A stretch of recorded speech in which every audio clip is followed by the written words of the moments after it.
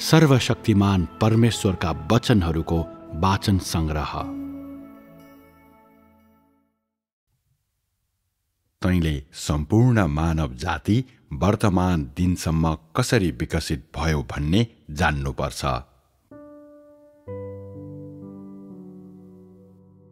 सुरुमा परमेश्वरले आदम र हब्बालाई सृष्टि गर्नुभयो अनि उहाँले सर्पलाई पनि सृष्टि गर्नुभयो। सबै कुरा मध्ये त्यो सर्प सबैभन्दा विषालु थियो। त्यसको शरीरमा विष थियो, जसको फाइदा लिन शैतानले त्यसको प्रयोग गर्यो। हब्बालाई पाप गर्न लगाउन परीक्षा गर्ने सर्प नै थियो। हब्बापछि आदमले पाप गरे र त्यसपछि तिनीहरू दुवैले असल र खराब छुट्याउन सके।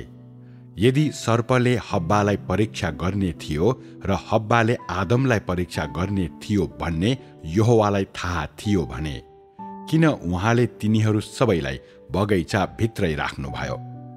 यदि उहाँले यी कुराबारे पूर्वानुमान गर्न सक्नु भएको थियो भने उहाँले किन सर्पलाई सृष्टि गरेर अदनको बगैँचामा राख्नुभयो? किन अदनको बगैँचामा असल र खराबको ज्ञान दिने रुखको फल थियो? के तिनीहरूले खाउन् भन्ने आशय उहाँको थियो? जब यहोवा आउनुभयो, न त आदमले न त हब्बाले उहाँको सामना गर्न सके, अनि तिनीहरू असल र खराबको ज्ञान दिने रुखको फल खाएर सर्पको छलको शिकार बनेका छन् भन्ने कुरा यहोवाले त्यसपछि मात्रै थाहा पाउनुभयो। आखिरमा उहाँले सर्पलाई श्राप दिनुभयो अनि उहाँले आदम र हब्बा दुवैलाई पनि श्राप दिनुभयो। ती दुईले रुखको फल खाँदैछन् भन्ने कुरा यहोवालाई थाहा थिएन। मानव जाति यति हदसम्म दुष्टता र यौनजन्य रूपमा छाडा भए कि तिनीहरूको हृदयमा बास गर्ने सबै कुरा दुष्ट र अधर्म मात्रै थिए। यी सबै फोहोर थिए। त्यसकारण मानव जातिलाई सृष्टि गरेकोमा यहोवा पछुताउनुभयो। त्यसपछि उहाँले संसारलाई जल प्रलयद्वारा नष्ट गर्ने कार्य अघि बढाउनुभयो, जसमा नोआ र उनका छोराहरू बाँचे। कतिपय कुराहरू वास्तवमा मानिसहरूले कल्पना गरे जत्तिको बृहत र अलौकिक हुँदैनन्। कतिले सोध्छन् प्रधान स्वर्गदूतले उहाँलाई धोका दिनेछ भन्ने परमेश्वरले जान्नुहुन्थ्यो भने उहाँले त्यसलाई किन सृष्टि गर्नुभयो? ती तथ्यहरू यस प्रकार छन्। पृथ्वी अस्तित्वमा हुनुभन्दा पहिले त्यो प्रधान स्वर्गदूत स्वर्गका स्वर्गदूतहरूमध्ये सबैभन्दा महान थियो। स्वर्गका सारा स्वर्गदूतहरूमाथि त्यसको क्षेत्राधिकार थियो। परमेश्वरले त्यसलाई प्रदान गर्नुभएको अख्तियार यही नै थियो। परमेश्वर बाहेक स्वर्गका स्वर्गदूतहरूमध्ये त्यो नै सबैभन्दा महान थियो। पछि परमेश्वरले मानव जातिलाई सृष्टि गरिसक्नु भएपछि तल पृथ्वीमा त्यस प्रधान स्वर्गदूतले परमेश्वरको विरुद्धमा अझै ठूलो षड्यन्त्र गर्यो। म के भन्छु भने त्यसले मानव जातिलाई व्यवस्थापन गर्न र परमेश्वरको अख्तियारलाई नाग्न चाहेकोले त्यसले परमेश्वरलाई धोका दियो। हब्बालाई परीक्षा गरी पाप गर्न लगाउने त्यही प्रधान स्वर्गदूत थियो र त्यसले त्यसो गर्यो किनभने त्यो पृथ्वीमा आफ्नो राज्य स्थापना गर्न र मानिसहरूले परमेश्वरलाई आफ्नो पिठ्यौँ फर्काएर उहाँको सट्टा उसको आज्ञा पालन गर्ने तुल्याउन चाहन्थ्यो। धेरै कुराहरूले त्यसको आज्ञा पालन गर्न सक्छन्। पृथ्वीका मानिसहरूले जस्तै स्वर्गदूतहरूले पनि त्यसो गर्न सक्छन् भन्ने त्यस प्रधान स्वर्गदूतले देख्यो। आदम र हब्बाले त्यस प्रधान स्वर्गदूतको आज्ञा पालन गरेको बेला चराचुरुङ्गी र वन पशुहरू, रुखहरू, जङ्गलहरू, पहाड पर्वत, खोला नाला र पृथ्वीमा भएका सबै कुरा मानव जाति अर्थात् आदम र हब्बाको हेरचाहमा थियो। त्यसकारण त्यस प्रधान स्वर्गदूतले परमेश्वरको अख्तियारलाई नाग्ने र परमेश्वरलाई धोका दिने इच्छा गर्यो। त्यसपछि त्यसले धेरै स्वर्गदूतहरूलाई परमेश्वरको विरुद्ध विद्रोह गर्न उक्सायो। जो पछि विभिन्न प्रकारका अशुद्ध आत्माहरू बने। के आजसम्मको मानव जातिको विकास प्रधान स्वर्गदूतको भ्रष्टताले नै पैदा गरेको होइन र? मानव जाति आज जस्तो छ त्यो प्रधान स्वर्गदूतले परमेश्वरलाई धोका दिएर मानव जातिलाई भ्रष्ट तुल्याएको कारणले गर्दा नै हो। यो चरणबद्ध कार्य मानिसहरूले कल्पना गरे जस्तो अमूर्त र सरल छँदै छैन। शैतानले कुनै कारणले धोका दियो, तैपनि त्यति सरल तथ्यलाई बुझ्न मानिसहरू असमर्थ छन्। स्वर्गहरू र पृथ्वी अनि यावत थोक सृष्टि गर्नुहुने परमेश्वरले किन शैतानलाई पनि सृष्टि गर्नुभयो? परमेश्वरले शैतानलाई अत्यन्तै धेरै घृणा गर्नुहुन्छ र शैतान उहाँको शत्रु हो। त्यसो हुँदाहुँदै पनि किन उहाँले शैतानलाई सृष्टि गर्नुभयो? शैतानको सृष्टि गरेर के उहाँले शत्रुको सृष्टि गर्दै हुनुहुन्न थियो र? परमेश्वरले वास्तवमा शत्रुको सृष्टि गर्नुभएको थिएन, बरु स्वर्गदूत सृष्टि गर्नुभएको थियो र पछि त्यो स्वर्गदूतले उहाँलाई धोका दियो। त्यसको हैसियत वृद्धि भएर यति महान भयो कि त्यसले परमेश्वरलाई नै धोका दिन चाह्यो। यो संयोग थियो भनेर भन्न सकिन्छ, तर यो एउटा अपरिहार्य कुरा पनि थियो। कुनै व्यक्ति निश्चित बिन्दुसम्म परिपक्व भइसकेपछि कसरी आखिरमा मर्छ, यो त्यस्तै छ। काम कुराहरू विकास हुँदै त्यो चरणमा पुगे। कतिपय विवेकहीन मूर्खहरू भन्छन्, शैतान तपाईको शत्रु हो भने तपाईले किन त्यसको सृष्टि गर्नुभयो? त्यस प्रधान स्वर्गदूतले तपाईलाई धोका दिनेछ भन्ने तपाईलाई थाहा थिएन र? के तपाईले अनन्तदेखि अनन्तसम्म देख्न सक्नुहुन्न र? के तपाईलाई त्यस प्रधान स्वर्गदूतको स्वभाव थाहा थिएन र? त्यसले तपाईलाई धोका दिनेछ भन्ने तपाईलाई स्पष्ट रूपमा थाहा हुँदाहुँदै तपाईले किन त्यसलाई प्रधान स्वर्गदूत बनाउनुभयो? त्यसले तपाईलाई धोका मात्रै दिएन, तर त्यसले आफूसँग अरू धेरै स्वर्गदूतहरूलाई लिएर मरणशीलहरूको संसारमा मानव जातिलाई भ्रष्ट तुल्याउन ओर्ल्यो।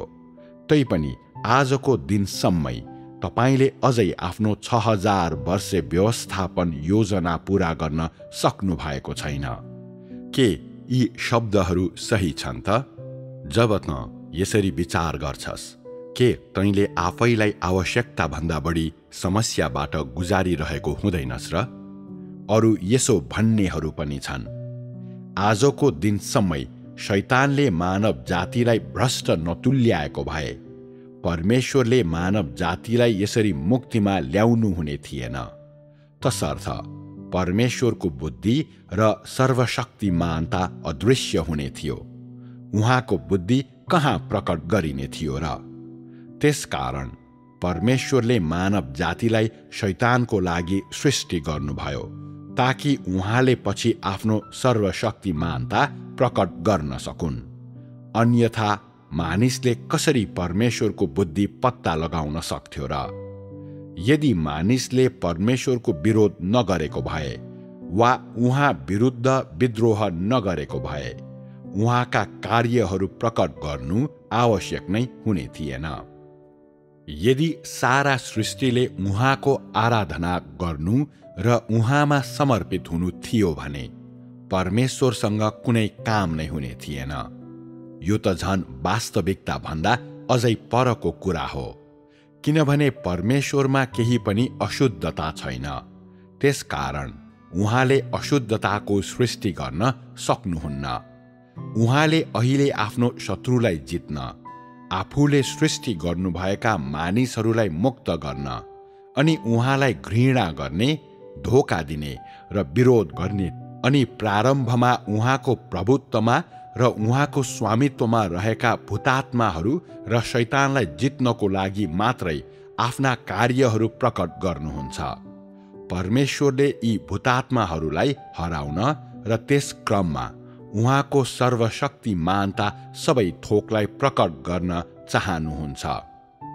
मानव जाति र पृथ्वीमा भएका सबै कुरा अहिले शैतानको राज्य क्षेत्रमा छ र दुष्टको राज्य क्षेत्रको अधीनमा छ।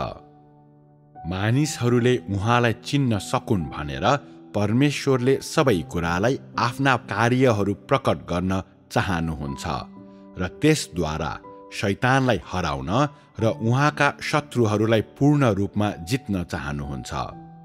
यो कार्यको पूर्णतालाई उहाँका कार्यहरूको प्रकटद्वारा पूरा गरिन्छ। उहाँका सारा सृष्टि शैतानको राज्य क्षेत्रमा छ। त्यसकारण परमेश्वरले तिनीहरूलाई आफ्नो सर्वशक्तिमानता प्रकट गर्न चाहनुहुन्छ, जसद्वारा शैतानलाई हराउन चाहनुहुन्छ। यदि शैतान नै हुँदैन थियो भने उहाँले आफ्ना कार्यहरू प्रकट गर्नु आवश्यक हुने थिएन। शैतानले उत्पीडन नगरेको भए परमेश्वरले मानव जातिलाई सृष्टि गरेर तिनीहरूलाई अदनको बगैँचामा नै जिउन अगुवाई गर्नुहुने थियो। शैतानले धोका दिनुभन्दा पहिले किन परमेश्वरले स्वर्गदूतहरूलाई वा प्रधान स्वर्गदूतलाई आफ्ना कार्यहरू कहिल्यै प्रकट गर्नु भएन? यदि प्रारम्भमा सबै स्वर्गदूतहरू र प्रधान स्वर्गदूतले परमेश्वरलाई चिनेको र त्यो उहाँमा समर्पित भएको भए परमेश्वरले ती अर्थहीन कार्यहरू गर्नुहुने थिएन।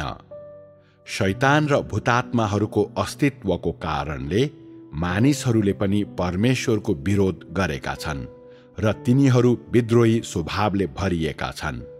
त्यसकारण परमेश्वर आफ्ना कार्यहरू प्रकट गर्न चाहनुहुन्छ। उहाँले शैतानसँग युद्ध गर्न चाहनुहुने भएकाले त्यसलाई हराउन उहाँले आफ्ना अख्तियार र सबै कार्यहरू प्रयोग गर्नुपर्छ। यसरी उहाँले मानिसहरूबीच गर्नुहुने मुक्तिको कामले तिनीहरूलाई उहाँको बुद्धि र सर्वशक्तिमानता देख्ने तुल्याउनेछ। आज परमेश्वरले गर्दै गर्नुभएको काम अर्थपूर्ण छ र कतिपय मानिसहरूले यसो भन्ने क्रममा जे भन्छन् त्यससँग त्यसले कुनै पनि हालतमा मेल खाँदैन।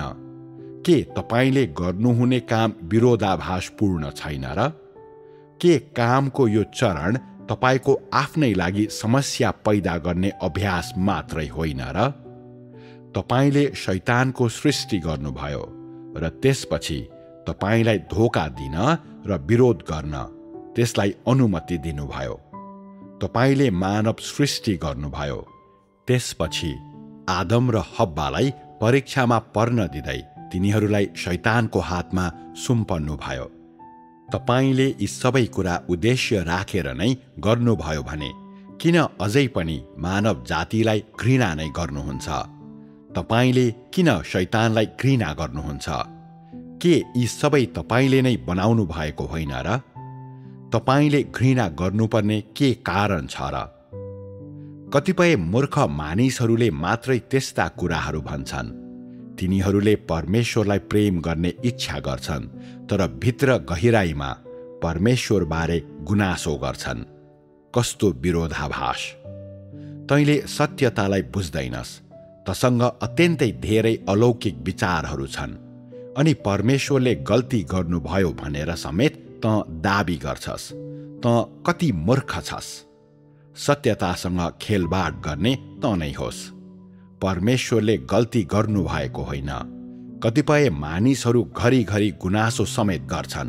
शैतानलाई सृष्टि गर्ने तपाईँ नै हुनुहुन्छ अनि त्यसलाई मानिसहरू माझ झार्ने र तिनीहरूलाई त्यसको हातमा सुम्पने तपाईँ नै हुनुहुन्छ। मानिसहरूले शैतानी स्वभाव प्राप्त गरेपछि तपाईले तिनीहरूलाई क्षमा दिनु भएन। त्यसको विपरीत तपाईले तिनीहरूलाई निश्चित हदसम्म घृणा गर्नुभयो। सुरुमा तपाईले तिनीहरूलाई निश्चित हदसम्म प्रेम गर्नुभयो, तर अहिले तपाईँ तिनीहरूलाई तिरस्कार गर्नुहुन्छ।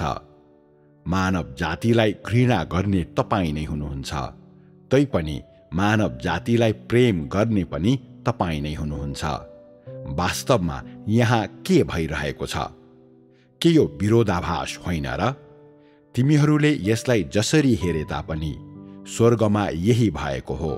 यसरी नै प्रधान स्वर्गदूतले परमेश्वरलाई धोका दियो र मानव जाति भ्रष्ट भयो अनि मानव जाति आजसम्म पनि यस्तै छ। तिमीहरूले यसलाई जसरी बताए पनि सम्पूर्ण कथा त्यही नै हो। तैपनि परमेश्वरले आज गरिरहनु भएको यो कामको पछाडि रहेको सम्पूर्ण उद्देश्य भनेको तिमीहरूलाई मुक्त गर्नु र शैतानलाई पराजित गर्नु हो भन्ने तिमीहरूले बुझ्नै पर्छ। स्वर्गदूतहरू विशेष रूपमा कमजोर थिए र बोल्न सक्ने कुनै क्षमता तिनीहरूसँग थिएन। त्यसकारण तिनीहरूलाई अख्तियार दिने बित्तिकै तिनीहरू अहङ्कारी बने।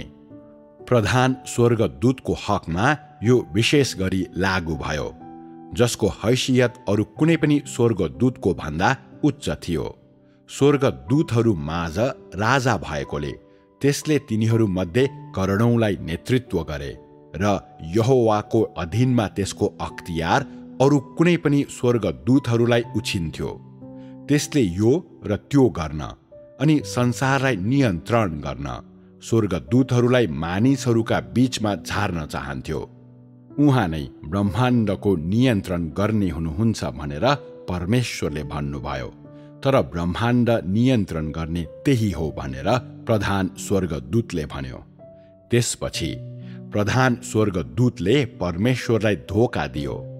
परमेश्वरले स्वर्गमा अर्को संसारको सृष्टि गर्नुभयो अनि प्रधान स्वर्गदूतले यो संसारलाई नियन्त्रण गर्ने साथै मरणशील संसारमा ओर्लने इच्छा गर्यो। के परमेश्वरले त्यसलाई यसो गर्न दिनुभयो? तसर्थ उहाँले प्रधान स्वर्गदूतलाई प्रहार गर्नुभयो र त्यसलाई मध्याकाशमा फालिदिनुभयो। त्यसले मानिसहरूलाई भ्रष्ट तुल्याएपछि नै तिनीहरूलाई मुक्त गर्नको लागि परमेश्वरले प्रधान स्वर्गदूतसँग युद्ध गर्नुभएको छ। उहाँले यो 6 सहस्राब्दीलाई त्यसको हारको लागि प्रयोग गर्नुभएको छ। सर्वशक्तिमान परमेश्वरसँग सम्बन्धित तिमीहरूको अवधारणा परमेश्वरले हाल गरिरहनु भएको कामसँग मिल्दैन। यो पूर्णतया अव्यावहारिक र अत्यन्तै भ्रामक छ।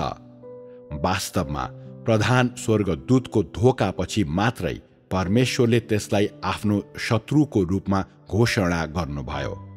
त्यसको धोकाको कारणले गर्दा मात्रै प्रधान स्वर्गदूत भौतिक संसारमा आइपुगेपछि त्यसले मानव जातिलाई आघात पुर्यायो अनि यही कारणले गर्दा नै मानव जाति यस बिन्दुसम्म विकास भई आएको छ। त्यो घटना घटेपछि परमेश्वरले शैतानसँग शपथ खानुभयो, म तँलाई पराजित गर्नेछु र मैले सृष्टि गरेका सारा मानवलाई मुक्ति दिनेछु। सुरुमा अविश्वस्त हुँदै शैतानले उत्तर दियो, तपाईले साँच्चै मलाई के गर्न सक्नुहुन्छ? के तपाईले मलाई प्रहार गरेर मध्याकाशमा झार्न सक्नुहुन्छ? तपाईले मलाई साँच्चै पराजित गर्नुहुन्छ? परमेश्वरले प्रधान स्वर्गदूतलाई मध्याकाशमा झारिसक्नु भएपछि त्यसलाई थप कुनै ध्यान दिनु भएन र पछि शैतानका निरन्तर बाधाहरूका बावजुद पनि उहाँले मानव जातिलाई मुक्त गर्न र आफ्नो कामलाई अघि बढाउन सुरु गर्नुभयो। शैतानले यो र त्यो गर्न सक्यो, तर यो सबै परमेश्वरले पहिले त्यसलाई दिनुभएका शक्तिहरूको कारणले गर्दा थियो।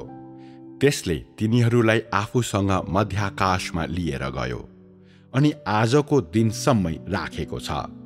प्रधान स्वर्गदूतलाई प्रहार गरेर मध्याकाशमा झार्ने क्रममा परमेश्वरले त्यसको अख्तियार फिर्ता लिनु भएन र त्यसैले शैतानले मानव जातिलाई निरन्तर रूपमा भ्रष्ट तुल्यायो।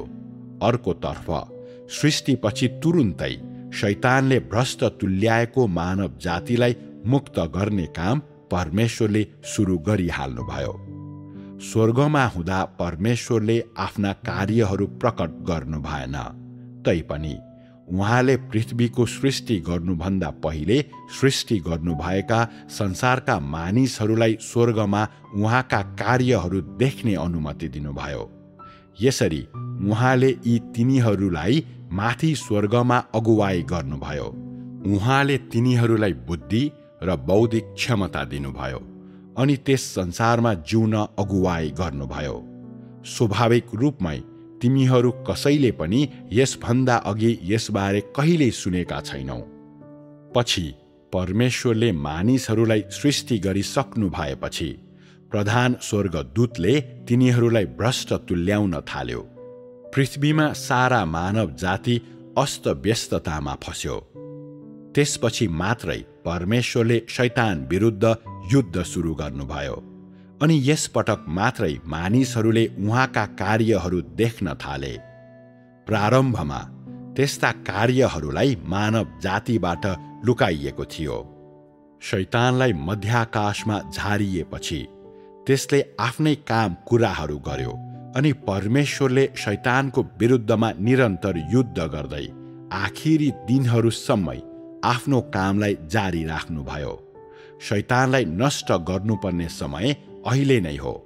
सुरुमा परमेश्वरले त्यसलाई अख्तियार दिनुभयो र उहाँले पछि त्यसलाई प्रहार गरेर मध्याकाशमा झार्नुभयो। तैपनि त्यो विद्रोही नै रह्यो। त्यसपछि त्यसले पृथ्वीमा मानव जातिलाई भ्रष्ट तुल्यायो, तर परमेश्वर त्यही नै मानव जातिलाई व्यवस्थापन गर्दै हुनुहुन्थ्यो। परमेश्वरले शैतानलाई हराउनको लागि मानिसहरूको व्यवस्थापनको प्रयोग गर्नुहुन्छ। शैतानले मानिसहरूलाई भ्रष्ट तुल्याएर तिनीहरूको भविष्यलाई समाप्त गर्छ र परमेश्वरको कार्यमा बाधा दिन्छ। अर्कोतर्फ मानव जातिको मुक्ति नै परमेश्वरको कार्य हो। परमेश्वरको कामको कुन चरण मानव जातिलाई मुक्त गर्नको लागि होइन। कुन चरण मानव जातिलाई धुनको लागि र तिनीहरूलाई धर्मी रूपमा व्यवहार गर्ने र प्रेम गर्न सकिनेहरूको प्रतिरूपमा जिउने तुल्याउनको लागि होइन। तैपनि शैतानले यसो गर्दैन। त्यसले मानव जातिलाई भ्रष्ट तुल्याउँछ।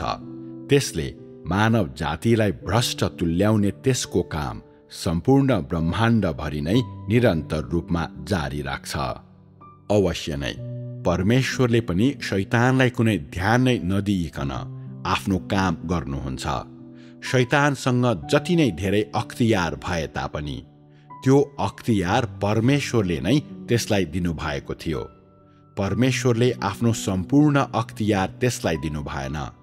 त्यसकारण शैतानले जेसुकै गरे तापनि त्यसले परमेश्वरलाई कहिल्यै उछिन्न सक्दैन र त्यो सधैँ नै परमेश्वरको पकड भित्रै हुनेछ। स्वर्गमा हुँदा परमेश्वरले आफ्नो कुनै पनि कार्य प्रकट गर्नु भएन। उहाँले शैतानलाई अख्तियारको सानो भाग मात्रै दिएर अरू स्वर्गदूतहरूमाथि नियन्त्रण अभ्यास गर्न दिनुभयो। त्यसकारण शैतानले जेसुकै गरे तापनि परमेश्वरको अख्तियारलाई उछिन्न सक्दैन, किनभने परमेश्वरले त्यसलाई सुरुमा दिनुभएको अख्तियार सीमित छ। परमेश्वरले काम गर्नुहुँदा शैतानले बाधा दिन्छ। आखिरी दिनहरूमा त्यसका अवरोधहरू समाप्त हुनेछन्। त्यसरी नै परमेश्वरको कार्य पनि समाप्त हुनेछ अनि परमेश्वरले जुन प्रकारका मानिसहरूलाई पूर्ण बनाउन चाहनुहुन्छ तिनीहरू पनि पूर्ण हुनेछन्। परमेश्वरले मानिसहरूलाई सकारात्मक रूपमा निर्देशित गर्नुहुन्छ। उहाँको जीवन जिउँदो पानी हो जुन नाप्न नसकिने र सीमा रहित छ। शैतानले मानिसलाई निश्चित हदसम्म भ्रष्ट तुल्याएको छ। अन्त्यमा जीवनको जिउँदो पानीले मानिसलाई पूर्ण बनाउनेछ अनि हस्तक्षेप गर्नु र त्यसको काम गर्नु शैतानको लागि असम्भव हुनेछ। यसरी परमेश्वरले यी मानिसहरूलाई पूर्ण रूपमा प्राप्त गर्न सक्नुहुनेछ। अहिले समेत शैतानले यो स्वीकार गर्न मान्दैन। त्यसले निरन्तर रूपमा आफैलाई परमेश्वर विरुद्धमा खडा गर्छ, तर उहाँले त्यसलाई कुनै ध्यान दिनुहुन्न। परमेश्वरले भन्नुभएको छ, शैतानका सारा अन्धकारका शक्तिहरू र सारा अन्धकारका प्रभावहरूमाथि म विजय हुनेछु। अहिले देहमा गरिनुपर्ने काम यही नै हो र देह बन्ने कार्यलाई महत्त्वपूर्ण तुल्याउने पनि यही नै हो, अर्थात् आखिरी दिनहरूमा शैतानलाई हराउने कामको चरण पूरा गर्नु अनि शैतानको स्वामित्वमा रहेका सबै कुरालाई हटाउनु। शैतान माथिको परमेश्वरको विजय अपरिहार्य छ। वास्तवमा शैतान धेरै पहिले नै असफल भइसक्यो। जब ठूलो रातो अजिङ्गरको देशभरि सुसमाचार फैलन सुरु भयो, अर्थात् जब देहधारी परमेश्वरले आफ्नो काम सुरु गर्नुभयो र यो काम अघि बढ्यो, तब शैतान पूर्ण रूपमा पराजित भयो। किनभने देह धारणको खास उद्देश्य नै शैतानलाई जित्नु थियो। परमेश्वर फेरि पनि देह बन्नु भएको छ र कुनै पनि शक्तिले रोक्न नसक्ने आफ्नो काम उहाँले सुरु गर्नुभएको छ भन्ने थाहा पाउने बित्तिकै शैतान यो कामको अघि अक्क न बक्क बन्यो अनि थप कुनै पनि दुष्कर्म गर्ने आँट गरेन। सुरुमा शैतानले पनि प्रशस्तै बुद्धि प्राप्त गरेको छु भन्ने ठान्यो अनि त्यसले परमेश्वरको कार्यमा बाधा दियो र सतायो। तैपनि परमेश्वर फेरि देह बन्नुहुनेछ वा परमेश्वरले आफ्नो काममा शैतानको विद्रोहीपनलाई मानव जातिको लागि प्रकाश र न्यायको रूपमा प्रयोग गर्नुहुनेछ, जसद्वारा उहाँले मानिसहरूलाई विजय गर्नुहुनेछ र शैतानलाई हराउनुहुनेछ भन्ने अपेक्षा त्यसले गरेको थिएन। परमेश्वर शैतानभन्दा बुद्धिमानी हुनुहुन्छ र उहाँको कामले त्यसलाई अत्यन्तै बढी मात्रामा उछिन्छ। त्यसकारण मैले यसभन्दा अघि उल्लेख गरे झैँ मैले गर्ने काम शैतानका चालहरूको प्रतिक्रियामा गरिन्छ।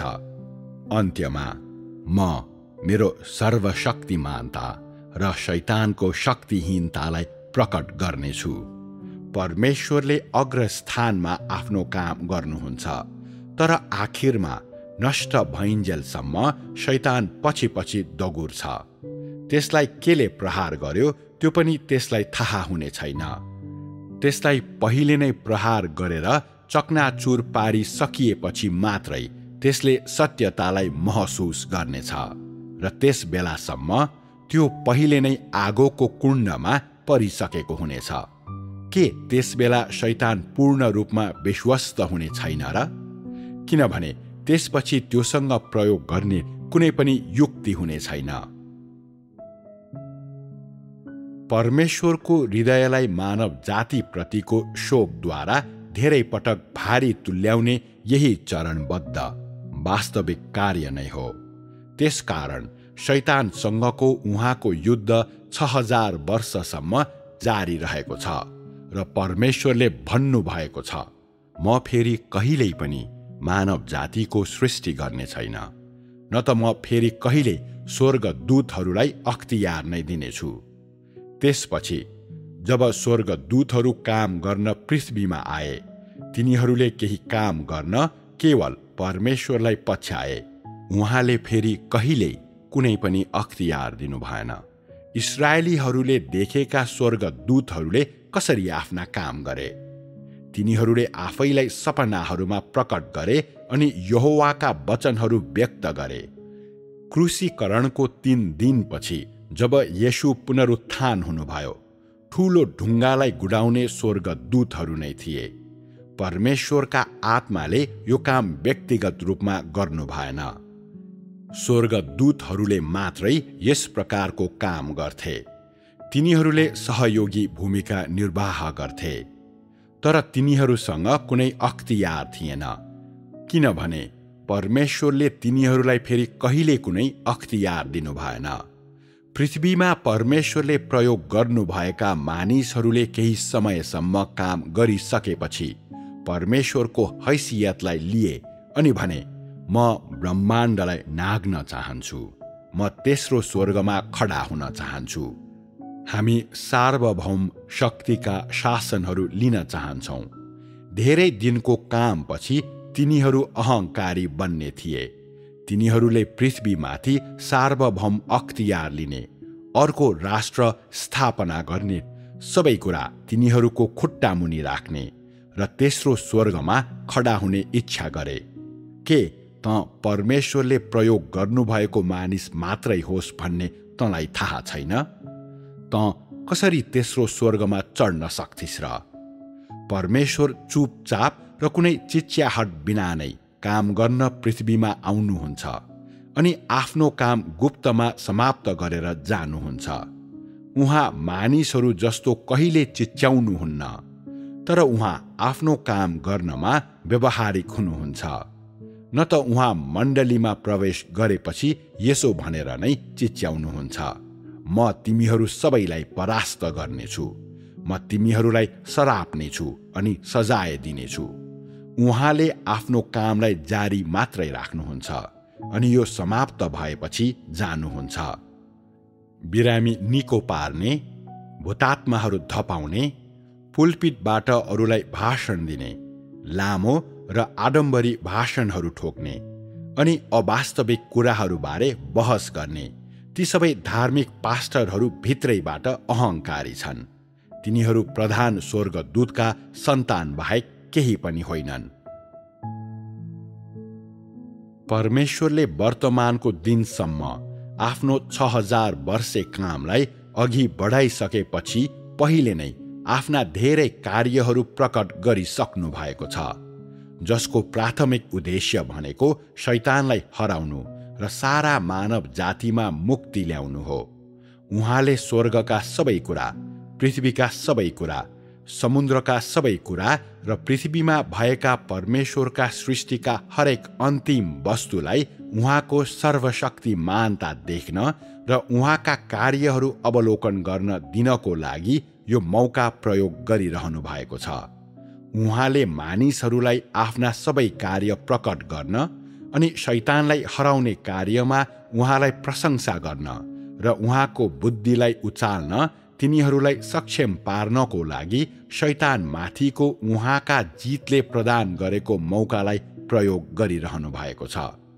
पृथ्वीमा, स्वर्गमा अनि समुद्रमा भएका यावत थोकले परमेश्वरमा महिमा ल्याउँछन्, उहाँको सर्वशक्तिमानताको प्रशंसा गर्छन्, उहाँका हरेक कार्यको प्रशंसा गर्छन् र उहाँको पवित्र नाउँलाई पुकारछन्। शैतानलाई उहाँले हराउनु भएको कुराको प्रमाण यही हो। उहाँले शैतानलाई जित्दै हुनुहुन्छ भन्ने कुराको प्रमाण यही हो। अझै महत्त्वपूर्ण कुरा, यो त मानव जातिलाई उहाँले दिनुभएको मुक्तिको प्रमाण हो। परमेश्वरका सम्पूर्ण सृष्टिले उहाँमा महिमा ल्याउँछन्। उहाँले आफ्नो शत्रुलाई हराएर विजयको साथ फर्कनु भएकोमा उहाँको प्रशंसा गर्छन् र उहाँलाई महान विजयी राजाको रूपमा उचाल्छन्। उहाँको उद्देश्य भनेको शैतानलाई हराउनु मात्रै होइन, त्यही कारणले उहाँले 6000 वर्षसम्म निरन्तर रूपमा काम गर्नुभएको छ। उहाँले मानव जातिलाई मुक्त गर्नको लागि शैतानको हारलाई प्रयोग गर्नुहुन्छ। उहाँका सबै कार्य र उहाँका सारा महिमा प्रकट गर्नको लागि उहाँले शैतानको हारलाई प्रयोग गर्नुहुन्छ। उहाँले महिमा प्राप्त गर्नुहुनेछ अनि स्वर्गदूतहरूका सारा भिडले उहाँका सारा महिमा देख्नेछन्। स्वर्गका दूतहरू, पृथ्वीका मानिसहरू अनि पृथ्वीमा भएका सृष्टिका यावत थोकले सृष्टिकर्ताको महिमा देख्नेछन्। उहाँले गर्नुहुने काम यही नै हो। स्वर्ग र पृथ्वीमा भएको उहाँको सृष्टिमा सबैले उहाँको महिमा देख्नेछ अनि शैतानलाई पूर्ण रूपमा हराएपछि उहाँ विजयको साथ फर्कनुहुनेछ अनि मानव जातिलाई उहाँको प्रशंसा गर्न दिनुहुनेछ, जसद्वारा आफ्नो काममा उहाँले दोबर विजय हासिल गर्नुहुनेछ। अन्त्यमा सारा मानव जाति उहाँद्वारा विजय गरिनेछ र विरोध गर्ने वा विद्रोह गर्ने जो कोहीलाई उहाँले मेटाउनुहुनेछ। अर्को शब्दमा भन्दा शैतानको स्वामित्वमा हुने सबैलाई उहाँले मेटाउनुहुनेछ। तैँले हाल परमेश्वरका यति धेरै कार्यहरू देखिरहेको छस्, तैपनि तँ अझै विरोध गर्छस्, विद्रोही छस् अनि समर्पित हुँदैनस्। तँ भित्र तैँले अनेक कुराहरू राखेको छस् र तँ जे मन लाग्यो त्यही गर्छस्। तँ आफ्नै अभिलाषा र अभिरुचिहरूलाई पछ्याउँछस्। यो सबै नै विद्रोह र विरोध हो। देह र आफ्नै अभिलाषाहरूका खातिर, साथै आफ्नै अभिरुचिहरू, संसार र शैतानको खातिर गरिने परमेश्वर माथिको कुनै पनि विश्वास घिनलाग्दो कुरा हो। यो स्वभावैले विरोध र विद्रोह हो। आजभोलि अनेक किसिमका विश्वास छन्।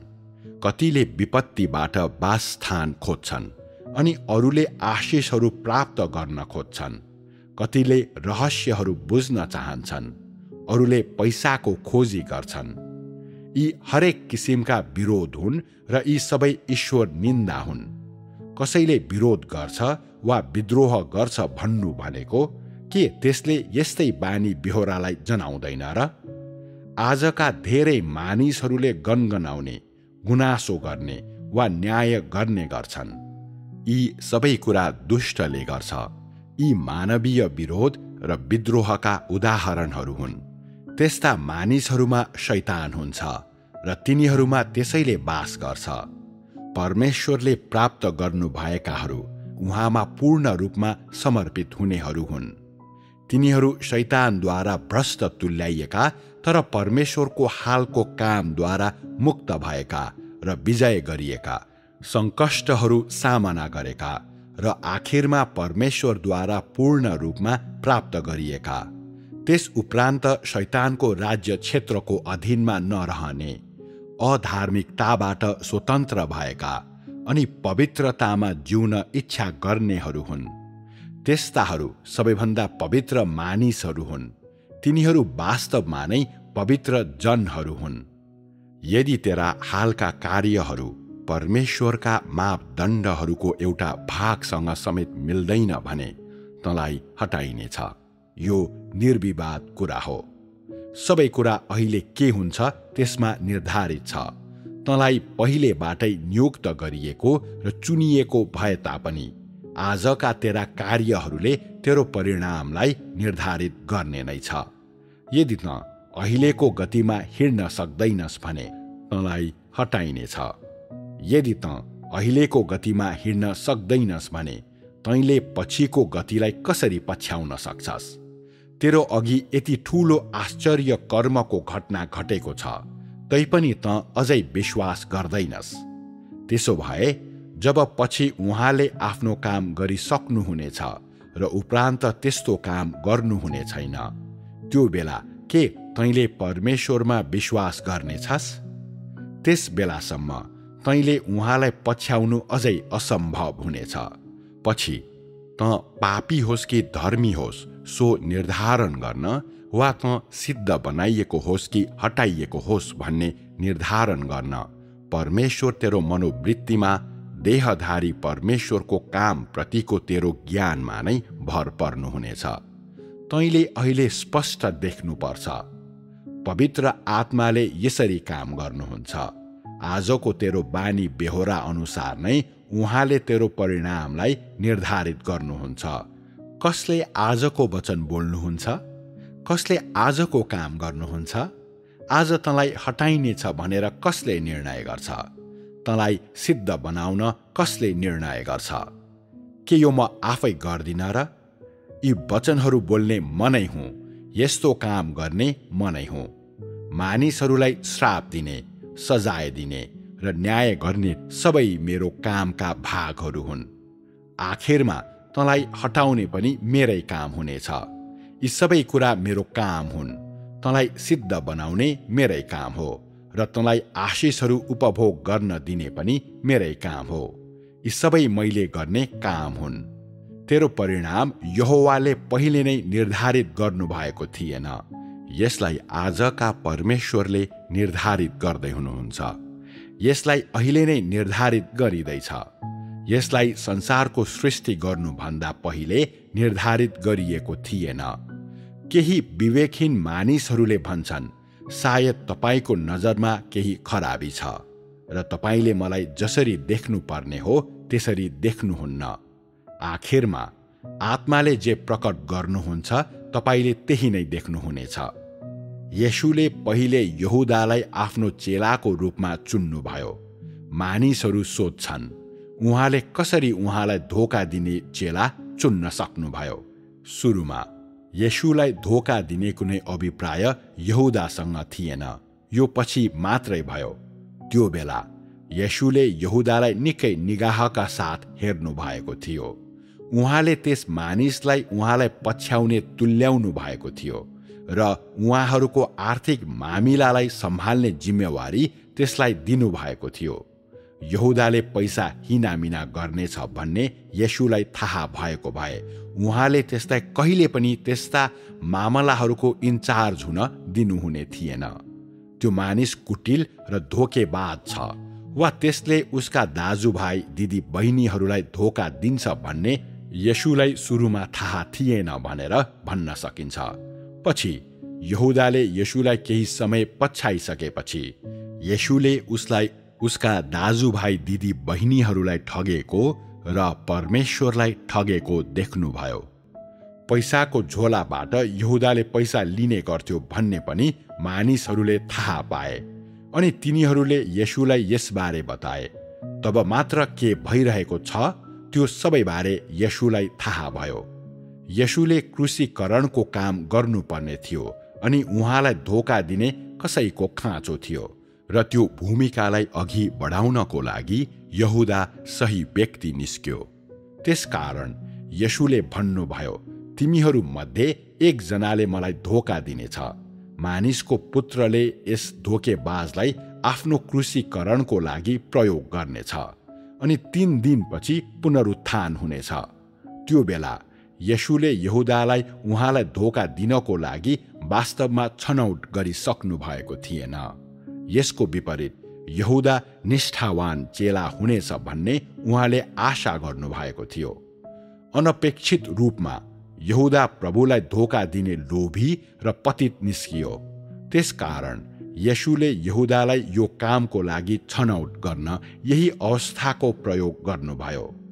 यदि येशूका 12 जना चेलाहरू निष्ठावान भएका भए र तिनीहरू माझ कोही पनि यहुदा जस्तो नभएको भए येशूलाई धोका दिने व्यक्ति आखिरमा अरू कुनै व्यक्ति हुने थियो जो चेलाहरू मध्येको एक हुने थिएन।